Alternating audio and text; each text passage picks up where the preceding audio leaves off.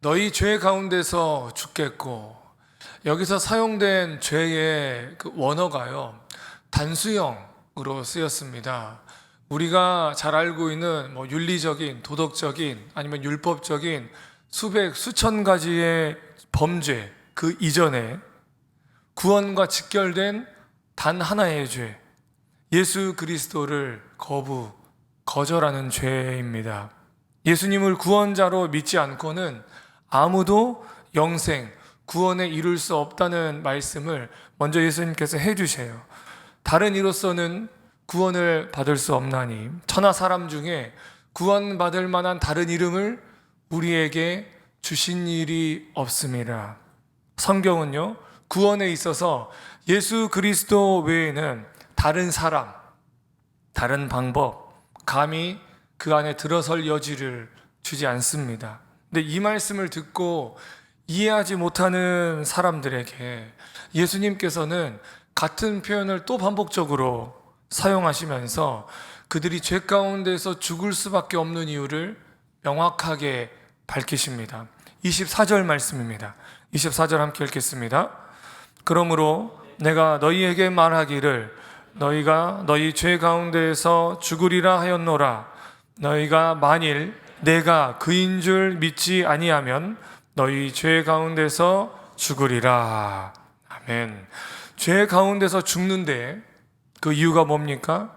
내가 그인 줄 믿지 않았기 때문에. 내가 그인 줄.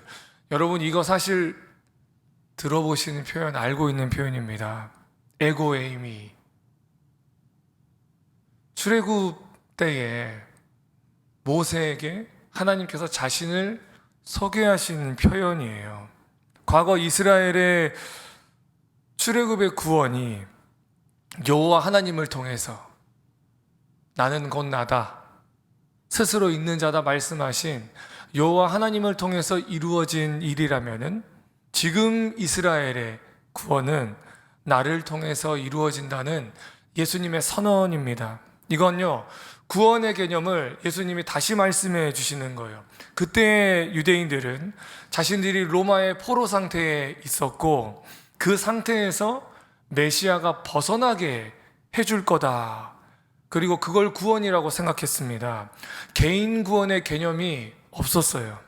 자기 나라, 자기 민족이 해방이 되면은 그게 곧 거기에 속한 백성들의 구원이라고 여겼습니다. 근데 그런 그들에게 예수님께서 자신을 메시아, 그리스도라고 소개하는 거예요. 나라가 포로에서 해방돼야 구원이 아니라 예수 그리스도 자신을 믿어야만 구원받는다고요.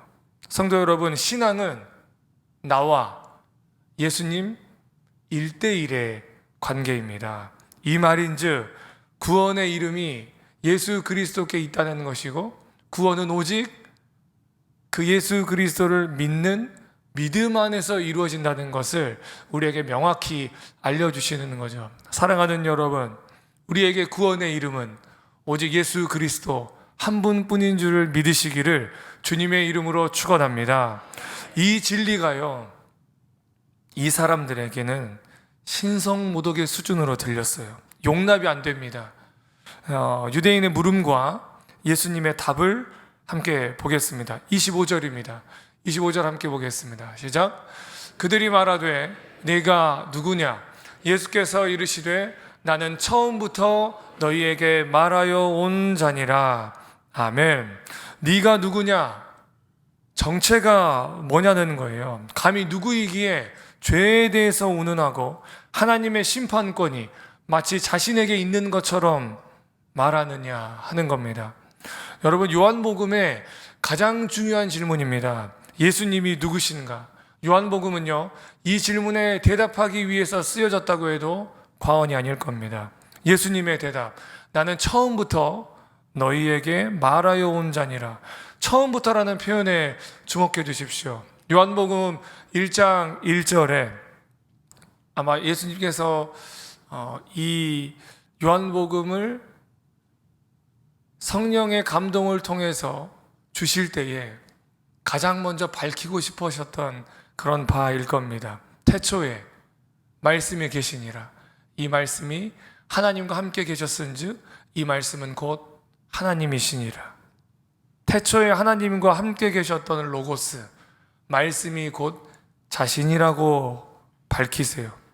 예수님은 그런 분이시기 때문에요, 이렇게 하실 수가 있는데요. 26절 말씀입니다.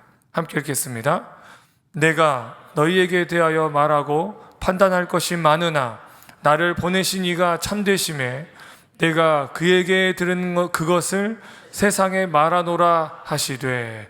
우리 이어서 28절도 읽겠습니다. 28절 시작. 이에 예수께서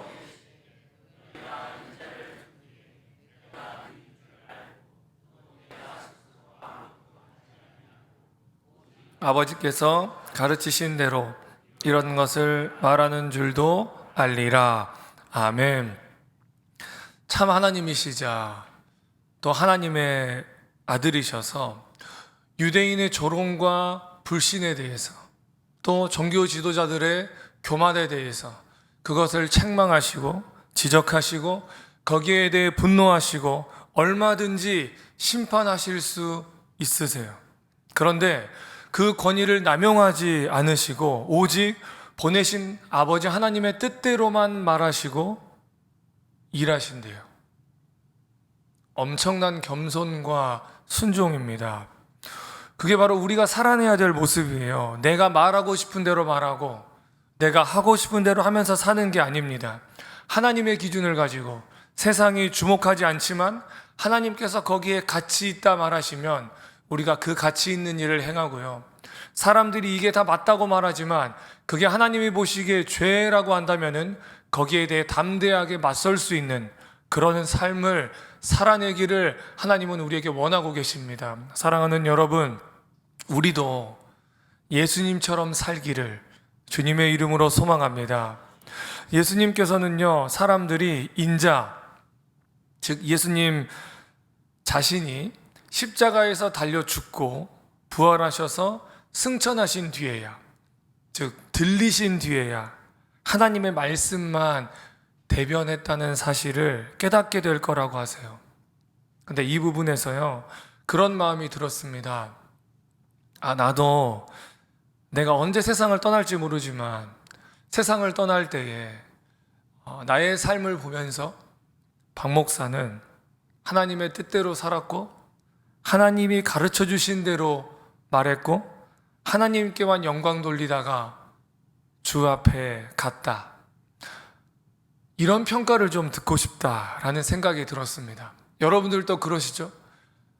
여러분의 인생의 그 끝에서 사람들이 여러분들의 삶을 돌아봤을 때 마음대로 살았다, 교회는 다녔지만 자기 하고 싶은 말하고 자기 하고 싶은 대로 살았다, 이거 아니고 진짜 하나님의 뜻대로 하나님이 하라는 말 하면서 그렇게 하나님의 충성을 다한 인생으로 살았다, 그렇게 평가받고 싶지 않으십니까?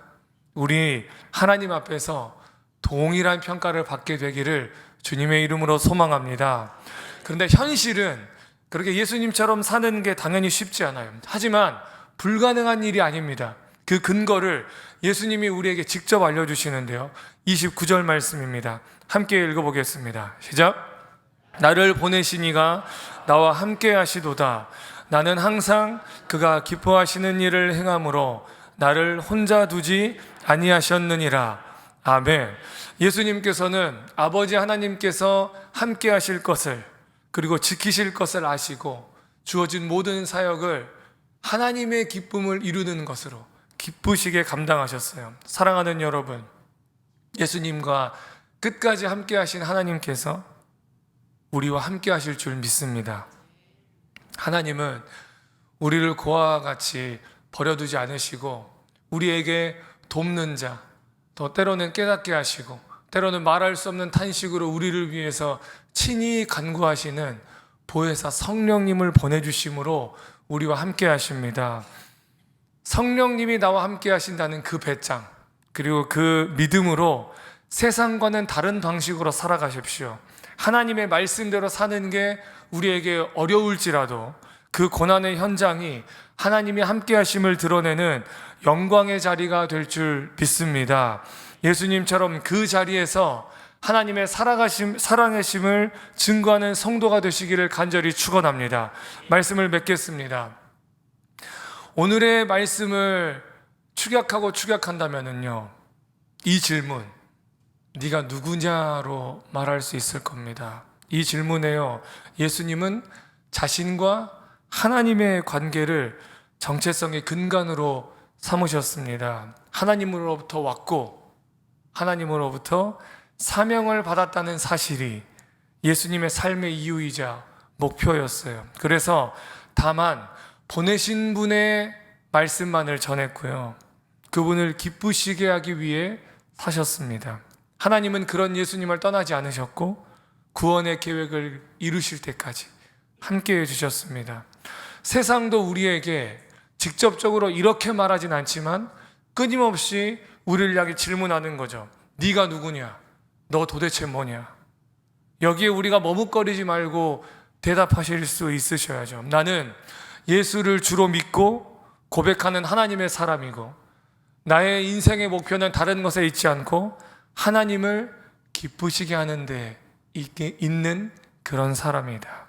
이렇게 대답합시다. 그렇게 하나님을 기쁘시게 하는 인생을 살면서요, 늘 하나님이 우리와 함께 하심을 경험하고 또 그 믿음을 당당하게 세상을 향해 고백할 수 있는 복음의 사람, 하나님의 사람이 되시기를 예수님의 이름으로 간절히 축원합니다.